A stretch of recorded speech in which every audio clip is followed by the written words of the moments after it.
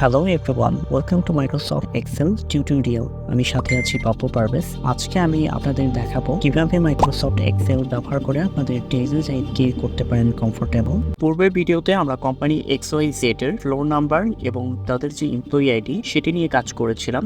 আজকে আমরা কাজ করব কোম্পানিটির ডিপার্টমেন্ট এবং অফিস ব্রাঞ্চ নিয়ে। আপনারা দেখতে পাচ্ছেন কোম্পানিটির 3টি ডিপার্টমেন্ট দেওয়া আছে, সেটা হচ্ছে ফাইন্যান্স, HR অ্যান্ড মার্কেটিং। আমরা যদি এক্সেলকে কোনোভাবে বোঝাতে পারতাম যে এই সেলগুলোতে শুধুমাত্র ফাইন্যান্স, HR এবং মার্কেটিং সিলেক্ট করা যাবে, তার বাইরে অন্য কোনো কিছু সিলেক্ট করা যাবে না। এই কাজটিকে ডেটা ভ্যালিডেশনের মাধ্যমে আমরা স্পেসিফাইড করে দিতে পারি। ড্রপ ডাউন লিস্টে শুধুমাত্র এই 3টি অপশনই দেখাবে। এর জন্য আমরা আবারও চলে যাব ডেটা থেকে data validation. Any value option থেকে আমরা সিলেক্ট করব লিস্ট অ্যান্ড সোর্স ফাইলে আমরা এখানে ম্যানুয়ালি টাইপ করে লিখে দিব মার্কেটিং, HR, ফাইন্যান্স।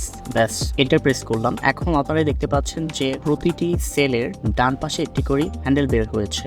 এখানে ক্লিক করলেই 3টি ড্রপ ডাউন দেখা যাচ্ছে। এখন আপনি আপনার কাঙ্ক্ষিত অপশনটি ড্রপ ডাউন লিস্ট থেকে সিলেক্ট করে দিলেই ব্যাস হয়ে যাচ্ছে। এখন আমরা যে কাজটি করব সেটা হচ্ছে কোম্পানির মাল্টিপল অফিস ব্রাঞ্চ রয়েছে, এখানে একটি ব্রাঞ্চ একাধিকবার ইনপুট রয়েছে। এখন আমরা যদি এক্সেলকে কোনোভাবে বোঝাতে পারি অফিস যে ব্রাঞ্চগুলো আছে, নির্দিষ্ট অফিস ব্রাঞ্চগুলো শুধুমাত্র দেখাবে। এই কাজটিকে ডেটা ভ্যালিডেশন করে আমাদেরকে এক্সেলকে বুঝিয়ে দিতে হবে নির্দিষ্ট ডেটাগুলোই শুধুমাত্র এখানে থাকবে। তখন যে কোনো এমপ্লয়ি যদি কাজ করতে যায় ডাটা ইনপুট করার ক্ষেত্রে খুবই স্মুথলি সে শুধুমাত্র 2টি ক্লিকের মাধ্যমে ইনপুট করে ফেলতে পারবে, ম্যানুয়ালি তাকে টাইপ করতে হচ্ছে না। এর জন্য আবারও অফিস ব্রাঞ্চ সহ টোটাল কলামটি আমরা কপি করে নিচ্ছি। এবার আমরা অন্য একটি শীটে চলে আসলাম। আমরা এখন যে কাজটি করব, মাল্টিপল নেম দেয়া আছে। আমরা প্রথমে ডেটা অপশনটিতে গিয়ে এখানে দেখুন রিমুভ ডুপ্লিকেট নামে একটা অপশন দেয়া আছে। আমরা অফিস ব্রাঞ্চটি টিকমার্ক দিয়ে এন্টার প্রেস করা মাত্রই এখানে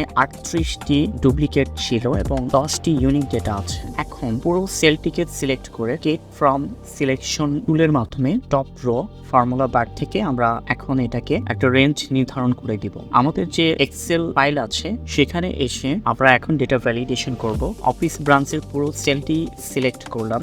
ডেটা ভ্যালিডেশন টুলে গিয়ে আবার অ্যানিভ্যালু থেকে আমরা সিলেক্ট করব লিস্ট অ্যান্ড সোর্স অপশনটিতে আমরা এবার ম্যানুয়ালি টাইপ করব equal to office underscore branch.